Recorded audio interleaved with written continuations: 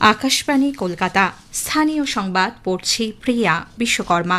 প্রথমে বিশেষ বিশেষ খবর। রাজ্যে এসআইআর প্রক্রিয়ায় বিচারাধীন তালিকায় থাকা প্রায় ৬০ লক্ষ নামের মধ্যে ৩২ লক্ষের নিষ্পত্তি হয়েছে বলে সিইও দপ্তর সূত্রে জানা গেছে। অবাধ ও সুষ্ঠু ভোট পরিচালনার জন্য যে কোনো কর্মী আধিকারিককে তারা বদলি করতে পারে বলে নির্বাচন কমিশন কলকাতা হাইকোর্টে জানিয়েছে। বিধানসভা নির্বাচনের জন্য আইএসএফ দ্বিতীয় প্রার্থী তালিকা প্রকাশ করেছে। রাজ্যে এবারের বিধানসভা নির্বাচন দুর্নীতি ও অরাজক পরিস্থিতি থেকে মুক্তির নির্বাচন বলে বিজেপির সর্বভারতীয় সভাপতি নীতিন নবীন মন্তব্য করেছেন। অন্যদিকে ভোট ঘোষণার পর একাধিক আধিকারিকের বদলি, রান্নার গ্যাস সহ একাধিক ইস্যুতে কেন্দ্রের বিরুদ্ধে সরব হয়েছেন তৃণমূল কংগ্রেস নেত্রী মমতা ব্যানার্জি। উত্তরপাড়ায় ভোট প্রচারে অংশ নিয়েছেন সিপিআইএম নেত্রী মীনাক্ষী মুখার্জি। আসন্ন বিধানসভা নির্বাচনে হুমায়ুন কবিরের দল আম জনতা উন্নয়ন পার্টির সঙ্গে আসাদউদ্দিন ওয়াইসির এআইএমআইএম এর সঙ্গে জোটের ঘোষণা। রাজ্যের সব জেলাতেই আগামী শুক্রবার থেকে বজ্র বিদ্যুৎ সহ বৃষ্টির সম্ভাবনা। আসছে বিস্তারিত খবরে। রাজ্যে এসআইআর প্রক্রিয়ায় বিচারাধীন তালিকায় থাকা প্রায় ৬০ লক্ষ নামের মধ্যে ইতোমধ্যেই ৩২ লক্ষের নিষ্পত্তি হয়েছে। এর মধ্যে প্রায় ৪০% নাম বাদ গিয়েছে বলে রাজ্যের মুখ্য নির্বাচনী আধিকারিকের দপ্তর সূত্রে খবর। গত সোমবার প্রায় ১০ লক্ষ ভোটারের প্রথম সাপ্লিমেন্টারি তালিকা প্রকাশিত হয়েছিল। যাদের নাম ই সাইন প্রক্রিয়ার মাধ্যমে অনুমোদিত হয়েছে তাদের নামই ওই তালিকায় রয়েছে। পরবর্তী অতিরিক্ত তালিকা আগামী শুক্রবার প্রকাশিত হওয়ার কথা। রাজ্যের মুখ্য নির্বাচনী আধিকারিকের দপ্তরের তরফে প্রতিদিন তালিকা প্রকাশের অনুমতি চেয়ে কলকাতা হাইকোর্টে আবেদন জানানো হয়েছে। তবে আদালত জানিয়েছে ২৭শে মার্চের পর বিষয়টি বিবেচনা করা হবে। অবাধ ও সুষ্ঠু ভোট পরিচালনার জন্য যে কোনো কর্মী আধিকারিককে তারা বদলি করতে পারে বলে নির্বাচন কমিশন কলকাতা হাইকোর্টে জানিয়েছে। ভোট ঘোষণার পর রাজ্যে একাধিক আইএএস আইপিএস আধিকারিকের বদলির বিরুদ্ধে হাইকোর্টে দায়ের হওয়া জনস্বার্থ মামলার শুনানিতে আজ নির্বাচন কমিশনের আইনজীবী ডিএস নাইডু বলেন, নির্বাচন ঘোষণা থেকে ফলাফল পর্যন্ত কমিশনকে সর্বময় ক্ষমতা দিয়েছে সংবিধান। শান্তিপূর্ণ ও নিরপেক্ষ ভোট পরিচালনার লক্ষ্যে রাজ্য ও কেন্দ্রের প্রশাসনিক ক্ষমতায়ও তারা হস্তক্ষেপ করতে পারে। আইন শৃঙ্খলা পরিস্থিতি নিয়ন্ত্রণ এবং স্বচ্ছ নির্বাচনের জন্য যে কোনো আধিকারিককেই সরিয়ে দেওয়ার ক্ষমতা তাদের আছে। এদিকে মামলাকারীর আইনজীবী কল্যাণ বন্দ্যোপাধ্যায় বলেন, আইনের বাইরে গিয়ে নির্বাচন কমিশন কাজ করতে পারে না। রাজ্য থেকে আমলারা বদলি হয়ে গেলে জরুরি পরিস্থিতিতে লোকবলের অভাবে সমস্যা দেখা দিতে পারে। আগামী শুক্রবার মামলার পরবর্তী শুনানি।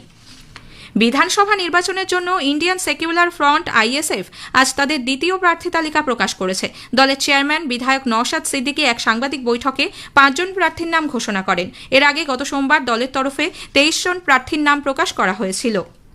উত্তর ২৪ পরগনার মিনাখা বিধানসভা থেকে যিনি কন্টেস্ট করছেন প্রতীক মণ্ডল, দক্ষিণ ২৪ পরগনার বাসন্তী বিধানসভা থেকে যিনি কন্টেস্ট করছেন বিশিষ্ট শিক্ষক অসিত রয়, মন্দিরবাজার বিধানসভা থেকে যিনি আইএসএফ এর কন্টেস্ট করছেন অশোক কুমার গায়েন, হাওড়ার জেলার উলুবেড়িয়া পূর্ব বিধানসভা থেকে যিনি কন্টেস্ট করছেন আনসার আলী শেখ এবং জগৎবল্লভপুর বিধানসভা থেকে যিনি কন্টেস্ট করছেন নাজিরা খাতুন। রাজ্যে এবারের বিধানসভা নির্বাচন দুর্নীতি ও অরাজক পরিস্থিতি থেকে মুক্তির নির্বাচন বলে বিজেপির সর্বভারতীয় সভাপতি নীতিন নবীন মন্তব্য করেছেন।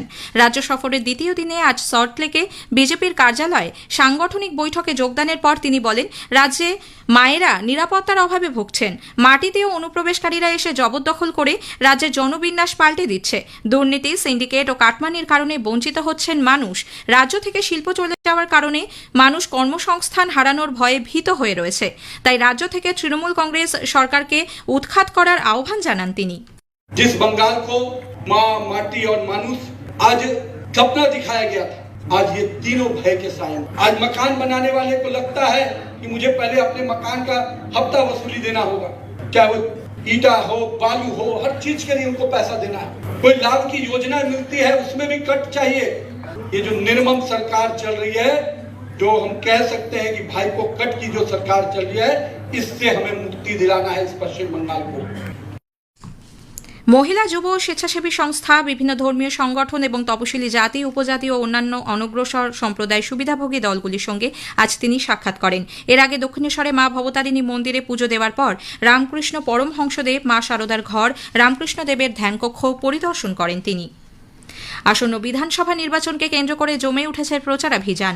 তৃণমূল কংগ্রেস নেত্রী মুখ্যমন্ত্রী মমতা ব্যানার্জি আজ জলপাইগুড়ির ময়নাগুড়ি, ডাবগ্রাম, ফুলবাড়ি এবং মাটিকাড়া নকশালবাড়িতে দলীয় প্রার্থীদের সমর্থনে 3টি জনসভা করেন।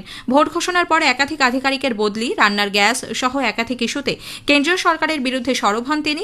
মুখ্যমন্ত্রী বলেন, ভোটের আগে বিরোধী রাজনৈতিক নেতার একাধিক প্রতিশ্রুতি দিলেও নির্বাচনের পর কারও দেখা মেলে না।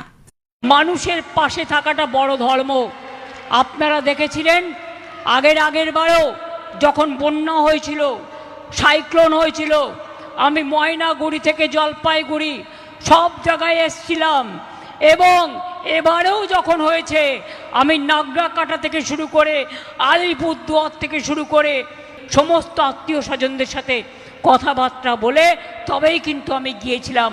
ওরা বসন্তের কোকিল, ইলেকশনের সময় আসে আর ইলেকশন হলে পালিয়ে যায়। পশ্চিম মেদিনীপুরের দাসপুরে তৃণমূল কংগ্রেসের সাধারণ সম্পাদক অভিষেক বন্দ্যোপাধ্যায় দলীয় প্রার্থীর সমর্থনে প্রচারে যোগ দেন। বিরোধী দলনেতা শুভেন্দু অধিকারী আজ পূর্ব মেদিনীপুরের রামনগরে দলীয় প্রার্থীর সমর্থনে প্রচার করেন। পটাশপুরে এক জনসভায় বিধানসভা নির্বাচনে বিজেপির আসন সংখ্যা 177-এর নিচে নামবে না বলে তিনি দাবি করেন।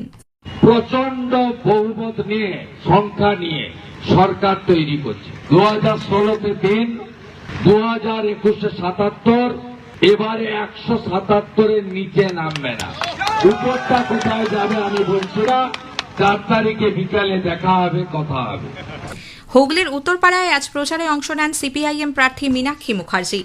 সংখ্যালঘুদের ভোট পেলেও তাদের উন্নয়নে তৃণমূল কংগ্রেস ব্যর্থ বলে এআইএমআইএম প্রধান আসাদউদ্দিন ওয়াইসি অভিযোগ করেছেন।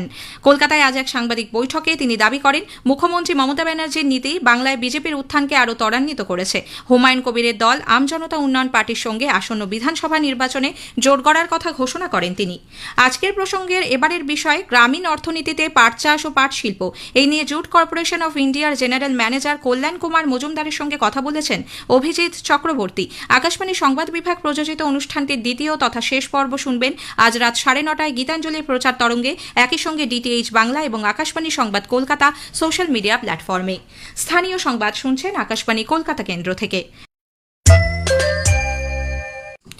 চা শ্রমিকদের কল্যাণে কেন্দ্রীয় সরকার প্রধানমন্ত্রী চা শ্রমিক উৎসাহ যোজনা 2011 নিয়ে এলেও পশ্চিমবঙ্গে তৃণমূল কংগ্রেস সরকার তা চালু করতে দেয়নি বলে অভিযোগ করেছেন কেন্দ্রীয় অর্থমন্ত্রী নির্মলা সীতারামন। আজ লোকসভায় অর্থ বিলের ওপর জবাবি ভাষণে কেন্দ্রীয় অর্থমন্ত্রী বলেন, দরিদ্র ও প্রান্তিক চা শ্রমিকদের সুস্বাস্থ্য, শিক্ষা, আবাস সুনিশ্চিত করা এই প্রকল্পের উদ্দেশ্য।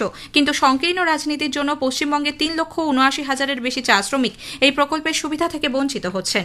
আকাশবাণীতে আগামীকাল থেকে সকালের সম্প্রচার শুরুর সময় জাতীয় স্তোত্র বন্দে মাতরমের পূর্ণ সংস্করণ পরিবেশিত হবে। তথ্য ও সম্প্রচার মন্ত্রক জানিয়েছে, স্বরাষ্ট্র মন্ত্রকের সাম্প্রতিক নির্দেশ অনুযায়ী নতুন এই সিদ্ধান্ত। সরকার জানিয়েছে 36 টন অপরিশোধিত তেল শোধনের ক্ষমতা দেশের রয়েছে।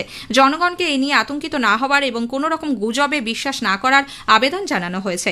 নতুন দিল্লিতে আজ পশ্চিম এশিয়ার সাম্প্রতিক পরিস্থিতি নিয়ে এক আন্তমন্ত্রক বৈঠকে পেট্রোলিয়াম ও প্রাকৃতিক গ্যাস মন্ত্রকের যুগ্ম সচিব সুজাতা শর্মা স্পষ্ট জানান, দেশে পেট্রোল ও ডিজেলের দাম বেড়েছে বলে যে গুজব ছড়ানো হচ্ছে তা সর্বৈব মিথ্যা। এদিকে রান্নার গ্যাসের রিফিল বুকিং নিয়ে বিভিন্ন সংবাদ মাধ্যমে প্রচারিত খবরের প্রেক্ষিতে সরকার স্পষ্ট জানিয়েছে, বুকিংয়ের সময়সীমার কোনো পরিবর্তন আপাতত হয়নি।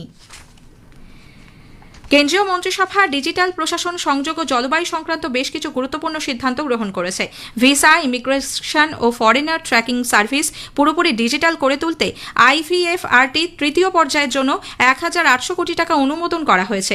স্বরাষ্ট্র মন্ত্রকের আওতাধীন এই প্রকল্পে কৃত্রিম মেধা বা এআই, মুখমণ্ডলের ছবি এবং চোখের মণি চিত্র ব্যবহার ভিত্তিক প্রযুক্তি প্রয়োগ করে মৌলিক পরিকাঠামোগুলি অত্যাধুনিক করে তোলা হবে। রাজ্যের সব জেলাতেই আগামী শুক্রবার থেকে বজ্রবিদ্যুৎ সহ বৃষ্টির সম্ভাবনা রয়েছে। উত্তরবঙ্গের বিভিন্ন জেলা, দক্ষিণবঙ্গের ঝাড়গ্রাম এবং পূর্ব ও পশ্চিম মেদিনীপুরে আজ বিক্ষিপ্তভাবে হালকা বৃষ্টির পূর্বাভাস। শেষ করার আগে স্থানীয় সংবাদের বিশেষ কিছু অংশ আরও একবার। রাজ্যে এসআইআর প্রক্রিয়ায় বিচারাধীন তালিকায় থাকা প্রায় 60 লক্ষ নামের মধ্যে 32 লক্ষের নিষ্পত্তি হয়েছে বলে সিইও দপ্তর সূত্রে জানা গেছে। বিধানসভা নির্বাচনের জন্য আইএসএফ দ্বিতীয় প্রার্থী তালিকা প্রকাশ করেছে।